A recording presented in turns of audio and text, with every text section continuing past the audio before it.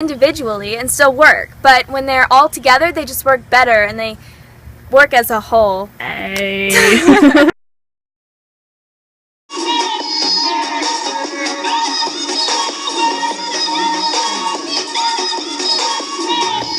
Okay, hey guys, this is our segment on Selective attention. Alright, so selective attention is when your attention is devoted to one particular task or object at hand. You often don't notice your environment or what's going on in the background. So in some of our examples, like Jessie just explained, you may not have noticed the changes, and she'll go into further detail about that.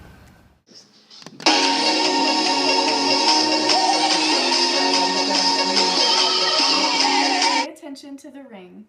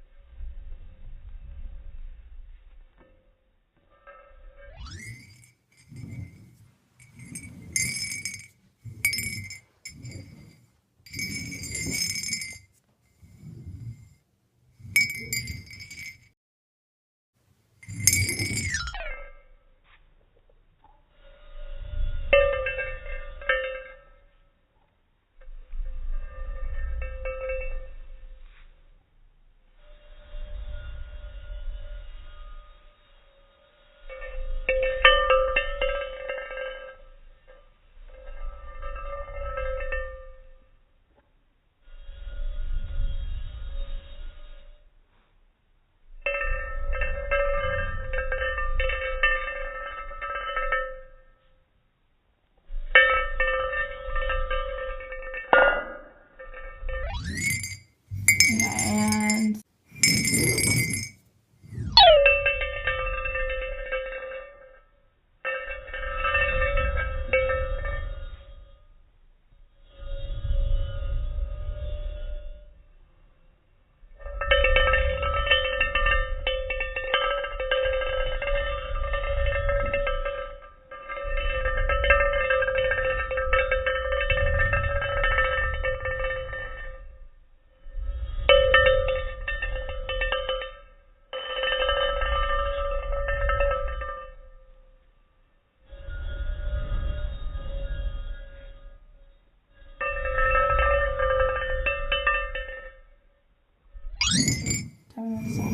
that's good.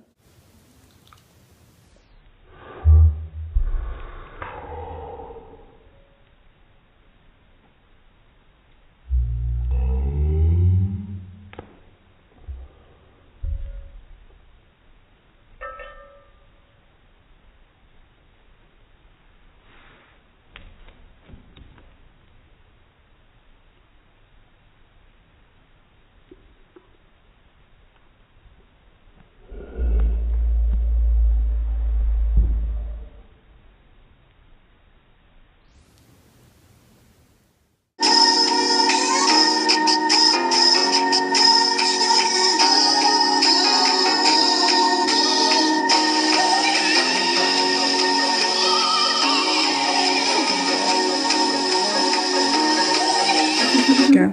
Okay, pick a card.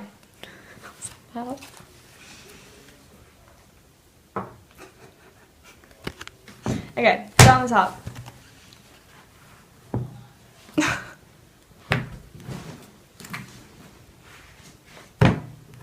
Okay, cut it.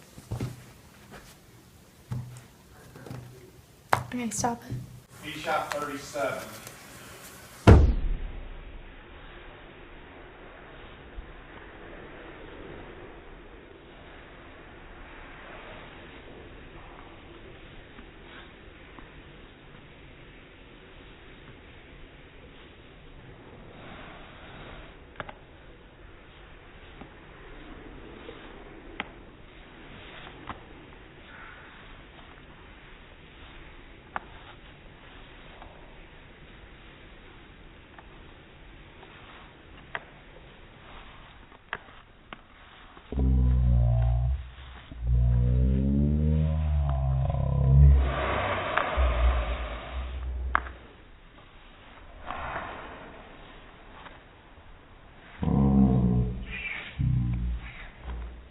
Is this your card? Yes.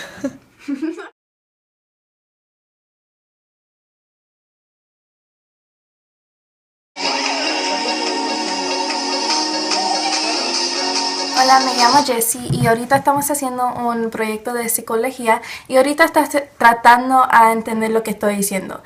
Y eso se llama atención selectiva, cuando solo estás prestando atención a una cosa, pero no a las cosas que están al lado de ti, porque no sé si me entiendes ahorita, pero ojalá que no, porque eso es el cosa que estamos tratando de hacer, que tú no me entiendes, pero estás tratando de saber lo que estoy diciendo, pero no te fijas qué está pasando ahorita, porque ahorita ya cambié mi pelo, cambié mi camisa, pero tú no lo fijaste.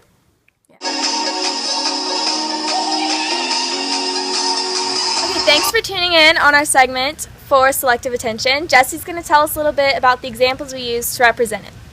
So the examples we used were we used three different examples. We used a card experiment, a cup experiment, as well as you trying to understand what I was saying while speaking Spanish experiment. And throughout those three experiments, you might have not noticed the changes that were happening and occurring throughout them. They're all similar but different. So during the card experiment, we had Savannah have a ring on when she first had the cards, but later on when Nick was showing you the cards, she took the ring off. You didn't notice that because you weren't focusing on that. Second, the second change that occurred was when she completely changed the deck of cards. It previously was red and then it turned to blue. Didn't notice that because your attention wasn't on that. In the second experiment of the cup experiment, we changed the background as well as the cup that we were using. The background had changed. Background was previously a pattern background, and then it changed into a simple simple background. And lastly, during my experiment when I was talking Spanish, your focus was on trying to comprehend what I was saying, and you might have been confused on what I was saying, but that was your focus. So you didn't notice that in the beginning my hair was on the back and I only had one pigtail in the front, and my shirt was all the way buttoned up. And then throughout the video, when it continued, I had both pigtails up front and my shirt had been unbuttoned. You didn't notice that once again because your attention wasn't focused on that.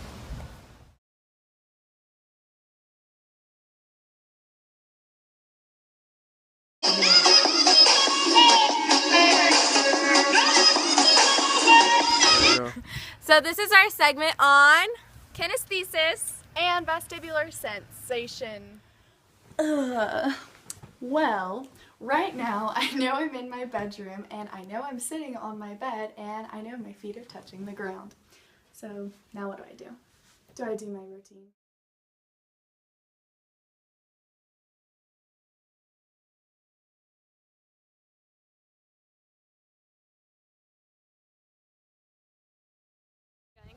Yeah, you're good. Okay, so this is our segment on kinesthesis versus vestibular sensation. So basically kinesthesis is knowing where your body parts are at a given time. And vestibular sense is knowing where you are and what's around you at a given time. So Katie's going to tell us a little bit about the example we used with her to represent this. Okay, so I did my routine blindfolded, and because of kinesthesis and vestibular sense, I knew when I woke up that I was in my room and that I had been sleeping. And kinesthesis allowed me to, brush my hair and brush my teeth because I already knew where my body parts were and I was aware of where everything was, and so I was able to do it blindfolded.